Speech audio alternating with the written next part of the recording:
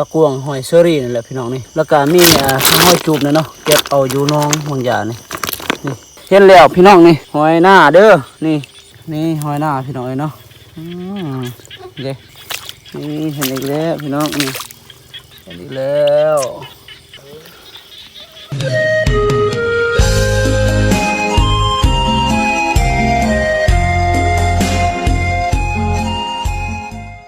เด่นใช่โอ้โหตัวหน่อยๆเนาะนี่ตัวบางใหญ่ติดมั้งครับแกงกองติดแกงทางนี้ไปสวัสดีพี่น้องเนาะตอนนี้กาบาซี่กาสิได้พาพี่พาน้องเลาะไปหาเยื่องหอยหน้าพี่น้องมากับลุงตู่นี่พี่น้องเนาะมื้อนี้อันนี้ก็ได้ไปหาเห็ดเพาะเนาะมาแต่ท่านก็ยังไปเลาะหากินอีกหาเก็บหอยหน้านี่แหละตอนนี้ก็กำลังออกเดินทางก็สิได้ไปเนาะไก่สิฮอดท้องหน้าแหละบอลสิได้เยื่องหอยไปทางพุทธเลยโอ้ยกองเฮาบ่แจ้งเนาะ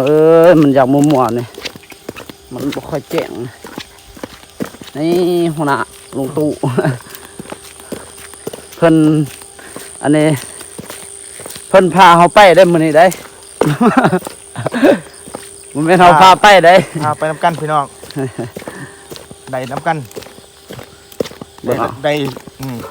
ใส่กระตาได้2 หน่วยกระต้มกินน้ำกันพลุหน่วยเนาะแบ่งกันกิน2ไอ้น้องเฮ็ดจะได้ไปบ่ป้าลาบ่ขอบมาหั่นไปน้ำกันไอ้น้องจังซี่แหละพี่น้องเนาะอาชีพบ่าวซีนี่ก็การทำมาหากินแล้วก็เฮ็ดสวนเฮ็ดนานี่แหละก็หลายๆเนาะทาง FC ก็ได้ทำบ่าวซีว่าเห็นแต่เฮ็ดคลิปเห็นตาหากินเนาะก็บางมีอันนี้บางเฮามีเวลาพักผ่อนพี่น้องเอ้ยเนาะเลย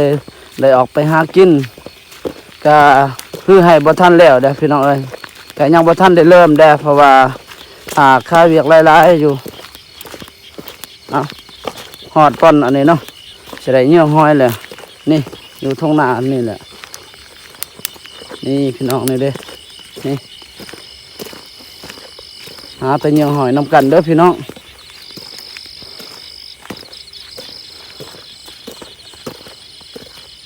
ไปเห็นแล้วบ่ลงตู่ยังบ่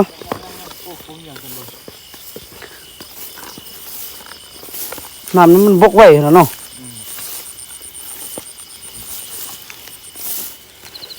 มื้อนี้ก็บาซี่ก็สิได้เปิดอันนี้คลิปต่อมื้อที่2พี่น้องเนาะก็สิได้ไปเยื่อหอยคือเก่านั่นแหละพี่น้องคลิปก่อนก็บาซี่มากับน้องทรายบ่าวเลิกเนาะมาเยื่อหอยเท่านี้แหละตอนนั้นก็นำในหน้าก็ยังบักหลายๆอันนี้มันบกเบิดแล้วนี่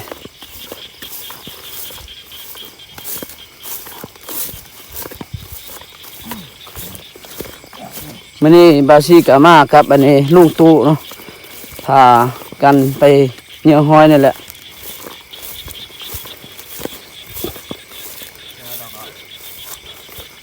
ไปทางใดก่อนโอ้คนเจอกันอยู่9อ่ะโอ้คนละเบื้องบ่ไปเพราะว่าสิได้เยี่ยงบ่น้องเด้อนี่เนาะไปคนละเบื้องแล้วนี่เอ้ยบาซีบ่ท่านพอตัวหอยสำมันเบิดลูกตู่ไปเยี่ยงเมื่อคืนน่ะบ่จักนี่โอ้ยบอกปุ๊บบ่สุดควบนี่เห็นแล้วพี่น้องนี่หอยหน้าเด้อนี่2 หน่วยแหละ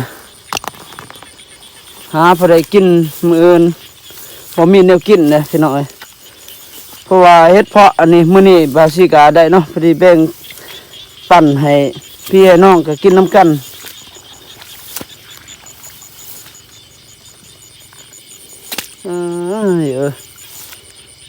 คือว่าบ่ค่อยมีเนาะ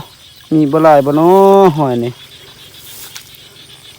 เป็นน้ำบกไปจักมันบ่มีหอยนี่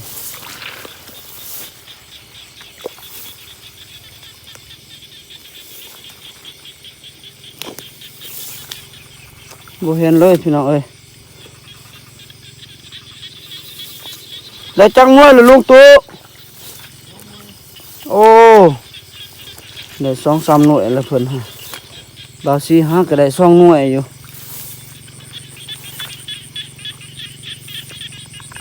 คือบ่เห็นเด้อเนาะ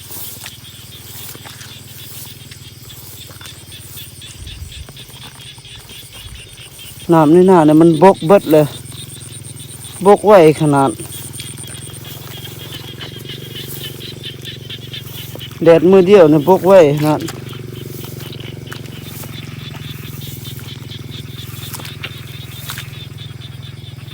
ได้ซ้ำถ้วยหนึงก็พอแล้วเนาะพอได้กินมื้ออื่น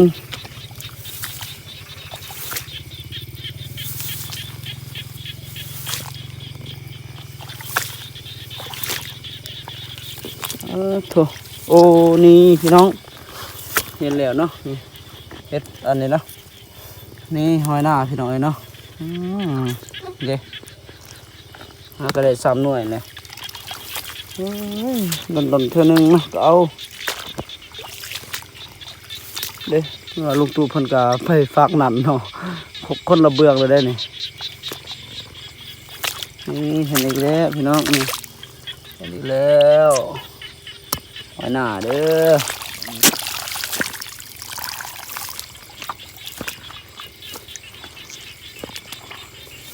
ฝนตกอีกมันมีน้ำในหน้านี่ก็หอยก็มีเนาะมีหลายอยู่เราสิก็เคยเอาอยู่นี่แหละแต่ละปี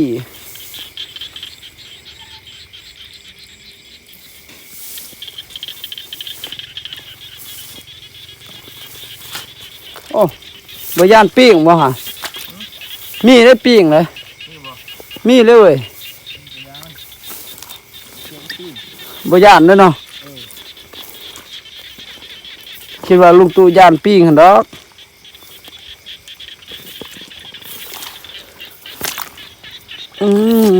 หอยหน้าเด้อ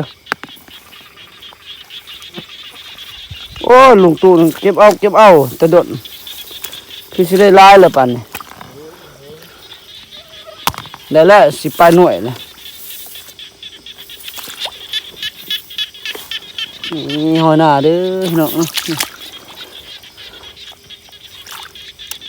โอ้มันอยู่บนกลางพุ่นละบ่กล้าบ่ไปเอานี่มีอยู่เด้อนี่อุ้ย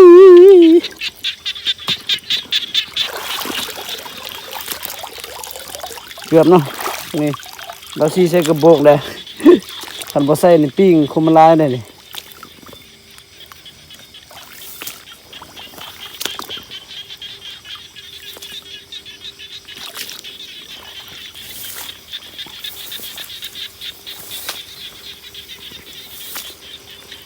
คือบ่เห็นมีหลายหน่วย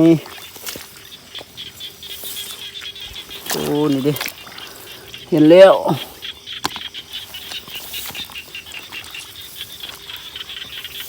โดดเถื่อนึงนี่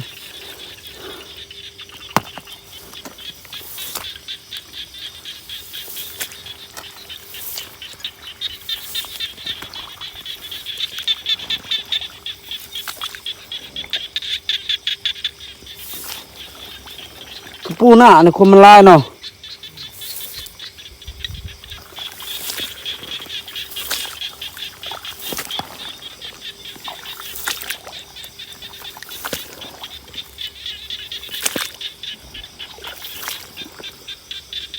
บ่เห็นเลยเบื้องบาซีนี่คือสิมีบ่หลายเนาะ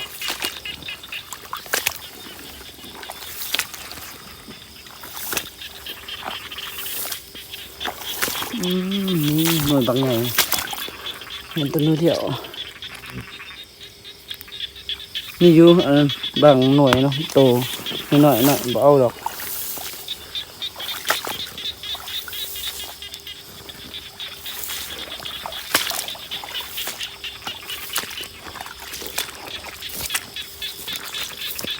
บ่เห็นเลย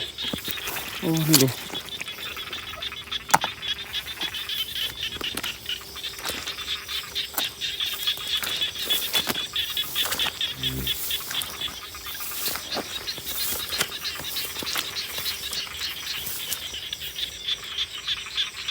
โอ้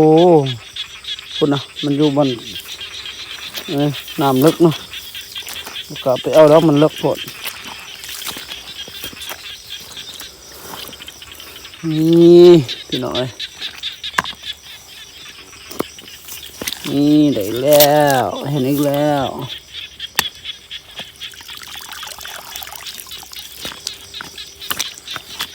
โอ้นี่มันเข้าในดินเลยเนี่ยโอ้มันเน่าที่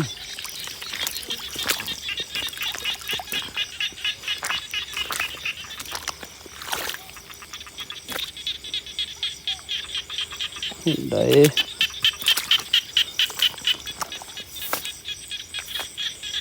คือบ่เห็นเลย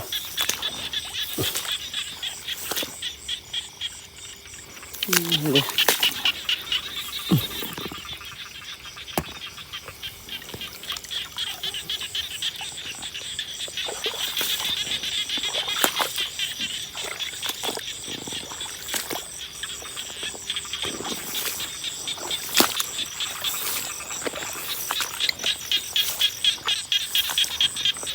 อันนี้ยำหอดฤดูอันนี้เนาะฤดูเลี้ยวลำนาเลี้ยวกะอันนี้หอดฤดูสิได้ใส่บังนี่พี่น้องใส่บังลั่นแหละก็สิได้เอาเอียนบาซี่ก็เคยอันนี้ใส่บังลั่นอันนี้บังลั่นเอียนนี่เลยเนาะเทวอันนี้แหละเทวห้วยอันนี้นี่เทวน้องเทวนี่นี่แหละเทว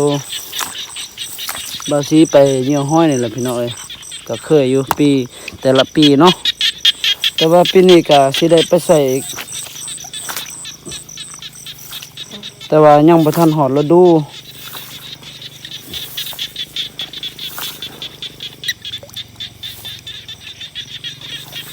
ได้จังน้อยแล้วลุงตู่เอ้ย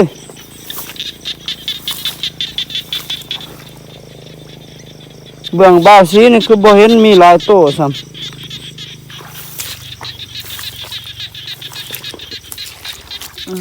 นี่หอยหน้านี่บลายเนาะเพราะว่าน้ำอันนี้น้ำมันบกเปิดเลยมีแต่บ่อน้องนี่แหละก็คือเขาเยื่องเทวหน้าเนาะต่างจากน้องเธอน้องมันอันนี้มีบลายนะ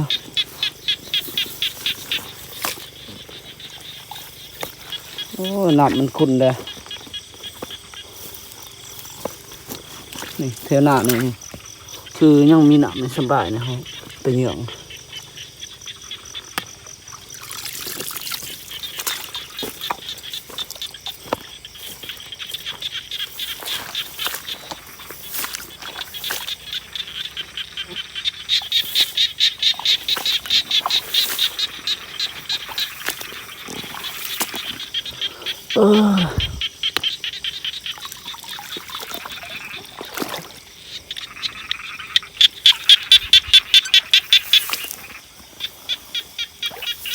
หอยบ่อนมันแมน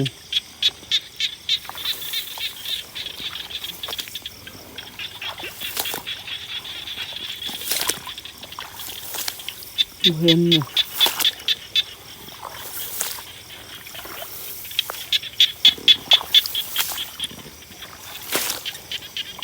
เมื่อคืนนี่อันนั้นลุงไปเยี่ยมเท่านี่บ่เท่าน้องเลย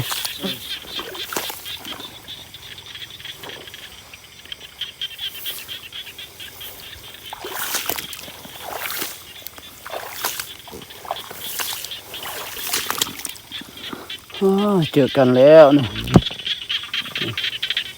เพื่อนเนอะได้หลายหน่วยเอ้ยเป็นจับเอา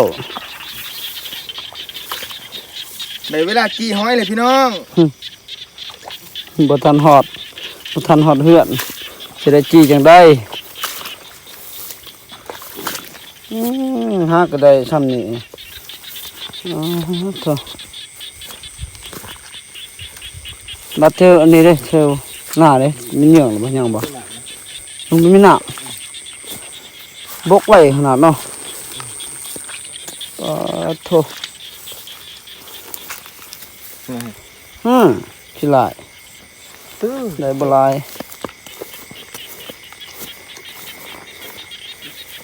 สิได้น้ำมันบกไว้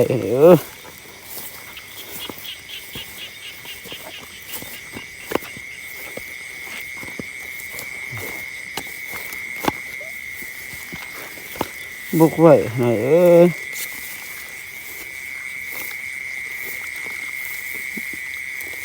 มันมีแล้วหอยนี่น้ำบ่มีนะ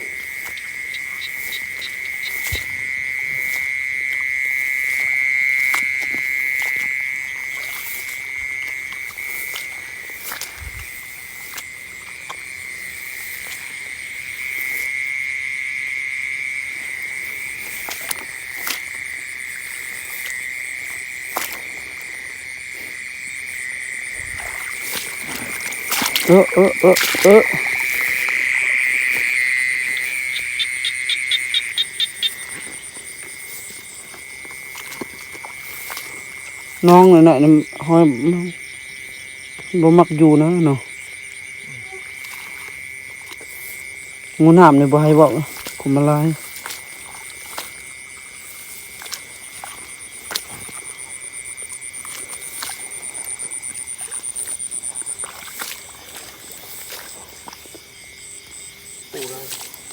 แม่นปูคุมลาย ข้างในว่าดอกเนาะ ได้เทนอกนั่นเด้ โอเค เด้ น้องใหญ่บ่ เขามาจากโรงเรียน หืม มีคนมาแล้วได้ยังไง ใช่ คนมายังมาเอาอย่าง ใช่คน เฮ้ยพวกคนจะเคลื่อนคนมา มาแต่ใช่ มาจะนอน จ้องแม่นจะบ่เขาบ่ได้เยื่อหอยดอก แล้วก็ที่ดูเลย บ่ได้ไปเยื่อหรอกไปสิได้ไปเยื่อเบิ่งอยู่นี่อยู่น้องป่าอยู่นี่เทวอันนี้นี่เทวไม้ไผ่นี่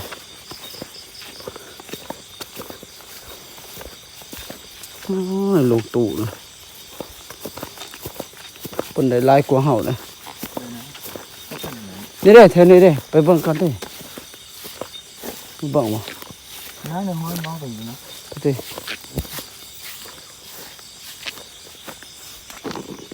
โอ้เห็นแล้วหน่อยหนึ่งนี่หอยหน้าพี่น้องเอ้ยนี่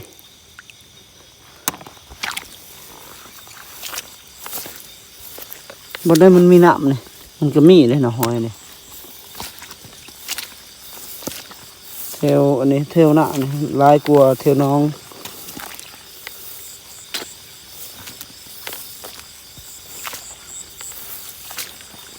สิได้น้ำอันนี้มันบกเลยน้องตู้เนาะ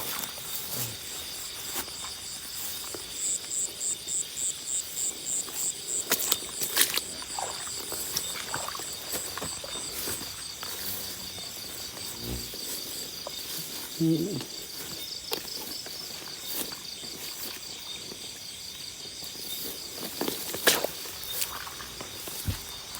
้น้องให้นี่ให้น้องให้นาน ใช่โอ้นั่นเป็นไงเนาะนี่เด้ น่าคุณบอก โอ้ก็เสือเห็นคือกัน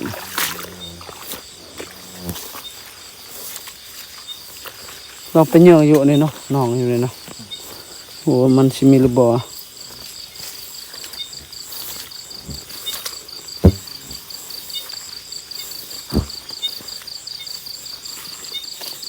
โอ้ลูกตู่เห็นอีกแล้วนี่เท่านี้ดิ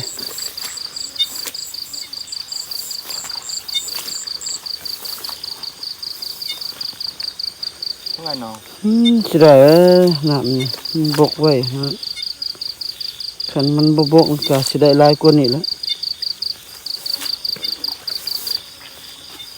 เห็นบ่ ไม่หน่อย เอาเลยบ่ เอาเลย โอ้ยนี่ละโอ้ไปอันนี้เหยื่องเฮ็ดปวกนี่เห็นได้ นี่ กลางคืนบ่แม่นเห็นกวกกลางเว้นนี่นะฮะแบบเขาเหยื่องมันเจ้งแล้วแบบมันสีขาว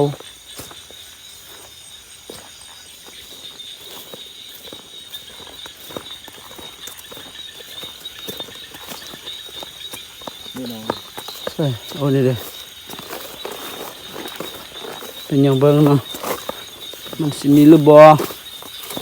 หอยหน้านี่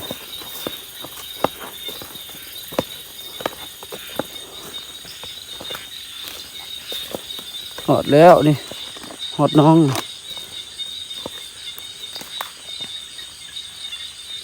มีอยู่บ่หอยมีอยู่เด้อนี่แต่ว่าอันนี้หน่วยน้อยๆนี่โอ้ยหอยจูบก็มีเด้อเนาะก็เอาเลยบ่หอยจูบนี่โอ้หน่วยบักใหญ่เด้อนี่นี่หอยจูบนี่หอยจูบก็มีเด้อนี่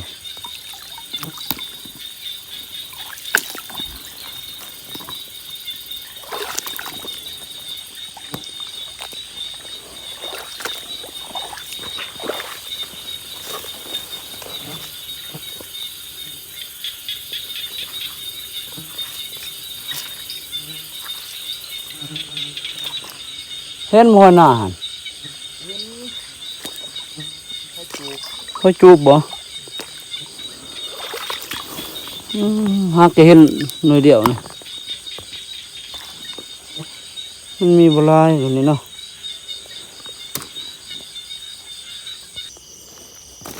นี่พี่น้องเนาะก็บาซี่ก็ได้ทั้งอันนี้หอยปักกวางหอยเชอรี่นี่แหละพี่น้องนี่แล้วก็มีทั้งหอยจูบนี่เนาะเก็บเอาอยู่น้องบางอย่างนี่หอยจูบมันจะหน่วยบางใหญ่พี่น้องก็สิได้กลับเลยพี่น้องนี่พอหากินก็ได้สำเร็จเนาะพอได้กินมื้ออื่นพี่น้องไปกลับน้ำกันพี่น้องเนาะเอาก็คลิปนี้ก็บาซี่ก็สิได้อัปเดตให้พี่ให้น้องนะครับได้ชมสำเร็จไปก่อนเด้อพี่น้องเด้อแล้วก็เจอกันคลิปต่อไปบาซี่ก็จะได้อัปเดตใหม่ให้พี่ให้น้องนะครับได้ชม